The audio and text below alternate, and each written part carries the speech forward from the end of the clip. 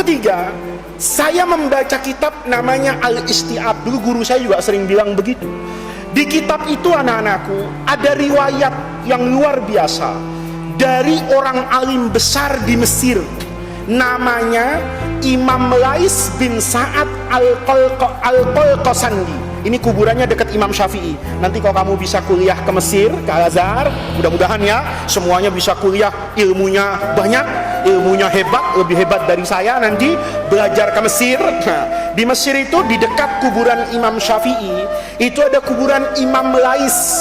Imam Lais ini dikatakan tidak kalah hebat sama Imam Syafi'i. Imam Lais lahirnya kapan? Tahun 94. Imam Syafi'i lahir tahun 150 Hijriah. Beda berapa tahun tuh? Beda 56 tahun. Jadi Imam Lais ini lebih senior dari Imam Syafi'i. Dikubur dekat makamnya Imam Syafi'i, ya. Tapi di Mesir itu ada imam namanya Lais bin Sa'ad Al-Qalqasandi. Lahir tahun 94 Hijriah, wafat tahun 175-an. Saya lupa tahun, tapi lahirnya tahun 94. Di situ Imam Lais itu cerita gini anak-anakku. Jadi ini cerita bukan hayalan, bukan dongeng, bukan juga cerita tanpa makna. Karena yang bercerita itu bukan Muhammad Faiz, tapi imam besar namanya Lais bin Sa'ad. Imam Lais ini diriwayatkan oleh Imam Ibnu Abdul Bar, cerita begini. Anak-anakku tahu sahabat Nabi yang namanya Zaid bin Harisah. Pernah dengar enggak? Siapa itu? Kalau Abu Bakar, kau tahu kan? Umar. Zaid bin Harisah itu apa sejarahnya? Anak angkatnya Rasulullah, hibbu ar-Rasul dalam sejarah. Anak yang dicintai oleh Rasulullah, namanya Sayyidina Zaid bin Harisah. Zaid ini anak-anakku bercerita pada satu ketika beliau itu pergi ke Taif. Taif itu tempat yang indah di dekat Mekah, kira-kira 100 km. Itu indah. Mudah-mudahan kamu nanti bisa umroh, bisa haji sama suami yang saya ceritain tadi kan, ya, nanti berdua itu yang gambarannya kayak tadi itu bisa umroh, bisa haji. Nanti bisa juga jalan ke kota Taif. Di kota Taif itu ada kuburan sahabat Nabi yang terkenal, Sayyidina Abdullah bin Abbas. Itu dikubur di kota Taif. Dia jalan nih dari Mekah ke Taif. Pulang dari Taif mau balik ke Mekah kan jauh ini. Maka Zaid itu nyewa kuda. Jadi dia tidak punya kuda. Maka di Taif, kata Imam Lais, Sayyidina Zaid ini nyewa kuda, anak-anak. Ada tukang sewaan kuda. Kata tukang sewaan kuda, boleh kuda saya kamu pakai ke Mekah, nanti saya ikut di belakangnya, karena dia yang punya kuda. Tapi ada syaratnya, kata yang punya kuda. Kata Sayyidina Zaid, apa syaratnya? Syaratnya satu, kalau nanti saya capek, kamu harus mau saya ajak istirahat dimanapun. Ibarat jalan tol, pokoknya kalau ada rest area, berhenti. Paham? Ya, ini kata siapa ini? Yang punya kuda. Maka Sayyidina Zaid mau, ya sudah, wong dia yang punya kuda, wong dia ajak istirahat, apa salahnya? Ikut, berangkatnya anak-anak. Di tengah jalan, si tukang kuda ini yang punya kuda ngajak istirahat. Kata yang punya kuda, Tuan, sekarang kita capek ini sudah nih saya nih, ayo kita istirahat. Kata Sayyidina Zaid bin Harisah, ini tempat sepi, bukan perkampungan. Kata dia, loh, sesuai perjanjian, kapan saya capek kita harus istirahat.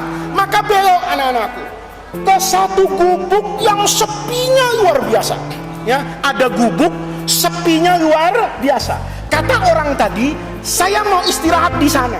Dia pura-pura tidur nyender di rumah gubuk itu.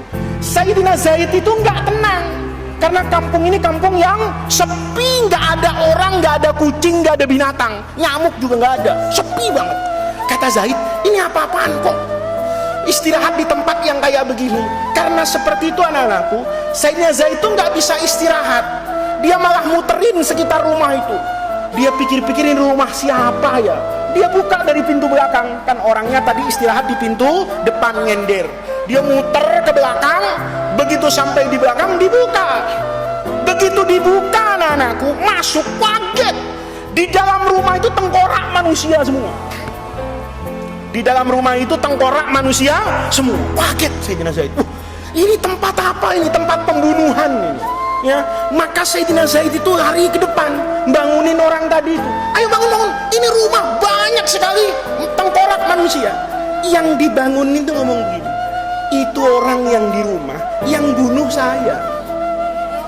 Itu orang yang di rumah tengkorak itu mati, yang bunuh saya. Berarti yang punya kuda ini siapa?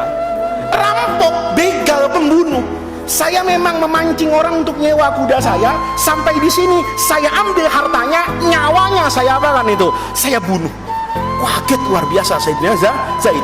Mau dilawan, badannya kayak Mike Tyson, gede banget ya kan? Kayak King Kong gitu, gede banget ya. Dia juga bawa senjata. Maka kata Sayyidina Zaid itu tawakal kepada Allah, ngomong begini dalam kitab itu. Dalam riwayat Imam Lais bin Sa'ad, ya sudah, kalau kamu mau bunuh saya boleh. Saya sudah pasrah, tidak ngelawan. Tapi kasih kesempatan saya untuk sholat 2 rakaat. Saya sholat. Kata begal rampok itu bilang, nggak apa-apa, sholat aja. Semua yang saya bunuh ini sebelum mati juga minta sholat. Ternyata tetap mati kok. Sholat tidak menyelamatkan apa-apa. Coba kamu mau digituin gimana? Hah? Bukan lagi kencing di celana, dari kepalanya keluar kencing, saking abahnya itu, saking takutnya. Bukan cuma air mata yang keluar, matanya copot. Kenapa? Berhadapan dengan orang yang bejatnya luar biasa loh anak-anakku. Dia ngomong, dakni usolli wa unaji rabbi, tinggalkan saya sebentar, saya cuma mau sholat, nggak kabur, kamu jagain deh. Asal saya sholat 2 rakaat, nanti habis itu saya nggak ngelawan deh. Mau digoreng kayak direbus, bunuh saya, selesai, ini uang saya kasih, selesai. Kata Sayyidina Zaid bin Harisah. Orang tadi itu saking bejatnya ngomong, sholat aja. Semua yang mati itu semuanya sholat kok, dan sholatnya tidak bisa memberikan manfaat apapun kepada orang itu, tidak menyelamatkan mereka, dan tetap mati. Sayyidina Zaid tetap sholat. Selesai sholatnya tenang nggak kira-kira kawan? Hah? Mungkin fatihahnya ketuker-tuker itu, ya kan? Ya, kenapa? Lu sholat tapi habis sholat, syukur kan? Kamu habis sholat makan, iya kan? Ini habis sholat mati. Allahu Akbar, sholat, ya begitu. Fil alamina innaka hamidum majid, deg-degan nggak? Salam apa enggak gua kan gitu kan? Ya tetap saya salam tuh, karena janjinya tadi sholatnya berapa rakaat? Assalamualaikum warahmatullahi, assalamualaikum warahmatullahi. Kata orang tadi, sudah sholat kan? Dia cabut apanya itu? Pedangnya. Sayyidina Zaid itu nggak bisa apa-apa. Kenapa? Kondisinya sudah apa ini? Genting, tahu genting? Bukan genteng. Genting, tahu genting? Apa genting itu? Hah? Kayak kamu sudah masuk ruang ujian itu, tahu-tahu ada hafalannya yang copot satu, ya, ketinggalan di pintu tadi, ya. Genting nggak itu? Genting, mau balik nggak bisa, mau maju ustadznya serem banget, kan begitu kan? Paham maksudnya? Itu namanya genting. Maka Sayyidina Zaid itu dalam keadaan yang genting. Dia mau baca apa? Mau baca Fatihah nggak selesai, mau doa panjang-panjang nggak hafal. Maka Sayyidina Zaid itu teriak, ya arhamar rahimin, ya Allah yang maha rahim. Cuman begitu doang. Begitu teriak ya arhamar rahimin, faidah hatifun yahtifu, ada suara gaib itu di langit, la taqtulhu, jangan bunuh dia. Kaget nggak itu rampok? Kaget. Siapa yang berteriak ini? Kopassus kan begitu kan? Polisi apa bulis malam kan bisa gitu? Apa Kismul Aman atau mungkin Pak Usman di depan, ya kan? Siapa tahu dalam kisah itu ada juga satpam. Kenapa? Wong asalnya mereka cuma berdua doang, nggak ada orang lain. Orang itu kampung dia udah tahu begal, nggak pernah ada orang kok. Tiba-tiba ada suara, jangan bunuh dia. Kaget ini, yang mau apa? Bunuh. Lari ngecek, siapa lo? Berani main belakangan gitu, kata siapa ini? Kata si rampok itu. Muterin dia di rumah, dia cari, nggak ada orang. Dia cari, nggak ada orang. Maka brengsek, gue dikerjain. Datang lagi, mau diapakan Sayyidina Zaid itu? Dibunuh lagi. Begitu pedang itu mau dekat apa ini leher, Sayyidina Zaid, ya arhamar rahimin, teriak lagi dari langit, jangan bunuh dia. Orang tadi kaget lagi, lari lagi. Siapa ini cari-cari ya? Apa Pak RT, apa siapa ya kan? Ya siapa tahu kan, apa Pak Heri kan gitu ya? Apa Faiz misalnya? Siapa ini? Kok ada orang teriak yang sama? sampai teriakan keberapa itu? Kedua itu nggak ada orang. Maka orang tadi yakin betul, keluar loh, siapa mau nantang gua, siapa? Dicari nggak ada yang datang. Maka dia balik lagi kepada Sayyidina Zaid, mau diapain? Dibunuh lagi. Sayyidina Zaid itu udah pasrah, teriak lagi yang ketiga, ya Arhamar Rahimin. Tahu-tahu ada penunggang kuda gagahnya luar biasa ya, kayak marinir Amerika Serikat ya, kuda gagah sekali, bawa sangkur. Kamu tahu sangkur nggak? Pisau yang tajamnya di depan. Kalau pisau kamu tajamnya kan yang panjangnya, ini yang tajamnya di depan. Itu bukan sekedar pisau. Pisau itu dari apa ini? Dari api.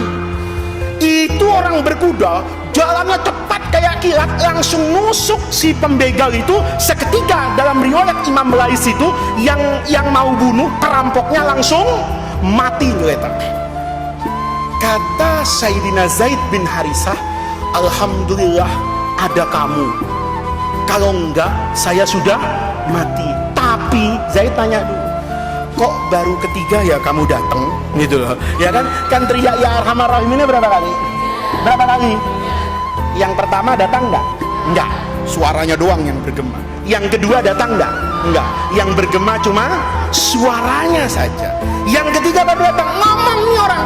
Ini ngomong, orangnya ganteng, gagah, naik kuda, kudanya hitam yang tegap itu.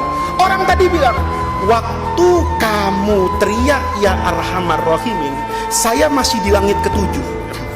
Coba bayangin, bukan masih di pasar Minggu ini ya, bukan masih di pasar Minggu, masih di langit ketujuh ya. Begitu kamu teriak kedua, ana fis sama'id dunya, saya masih di langit apa ini? Dunia. Dan begitu kamu teriak yang ketiga, saya sampai di hadapanmu. Ada kata Imam Lais, itu adalah malaikat yang Allah tugaskan untuk menyelamatkan, memberikan kedamaian, ketentraman, kebahagiaan kepada orang yang selalu berteriak ya Arhamar Rahim. Kenapa? Karena ketika kamu dapat musibah, teriak kepada Allah ya Arhamar Rahimin, itu kamu sedang memuji Allah bahwa Allah itu memberikan apapun kepada saya, pada hakikatnya